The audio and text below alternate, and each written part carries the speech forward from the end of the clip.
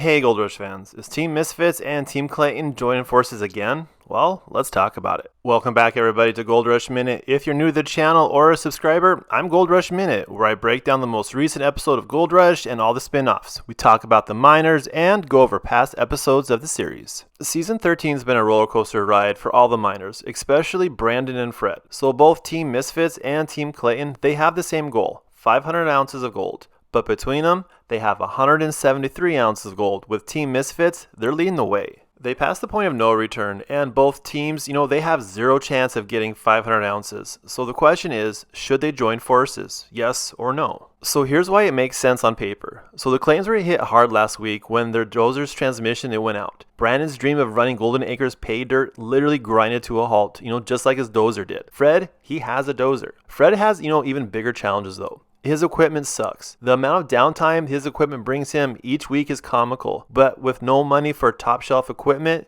you get what you can. And the Claytons do have better equipment than Fred does. And finally, putting the teams together, you can run 24/7. So in theory, you can get double the gold. So now you can see how good it looks on paper, but here's why it doesn't make sense in reality. Hey everybody, just want to take a moment and thank everybody that has subscribed to the channel. And if you haven't, it only takes a moment and it's free to do. So first and foremost, mining companies, they don't team up in reality, or at least I wouldn't think so. It's survival of the fittest here, and if a company goes bankrupt, that just means another mining company can swoop in, pay pennies on the dollar for the business, and just take it over. Fred's equipment will be used, but the majority of the wear and tear will come from Brandon's equipment. So Brandon's equipment, it'll be running 24/7, and it'll have equipment failures in the upcoming season a lot sooner than it should have happened. Gold is also going to be split between two companies 50-50. Yes, that sounds fair, but if Brandon's equipment is doing all the work, shouldn't he get more? In Fred's defense though, he has a bigger crew, so does that hold more significance than the equipment does? Finally, and I feel this is the most important factor of everything,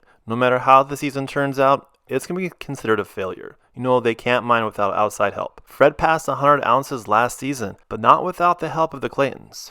So should Team Clayton and Team Misfits team up? No. Well, it's because it's the survival of the fittest comes into play here, and sometimes you have to know when to give up. Fred has a lot more expenses than the Claytons do, and needs to mine more gold in order to make it to another season. And on the other hand, the Claytons, they're the opposite. They can survive until next season to reach Golden Acres and make their 500 ounce dream come true. There you have it, Gold Rush fans. If you like the content and want to see more, please subscribe to my channel. It's free to do and I greatly appreciate it. Till the next time.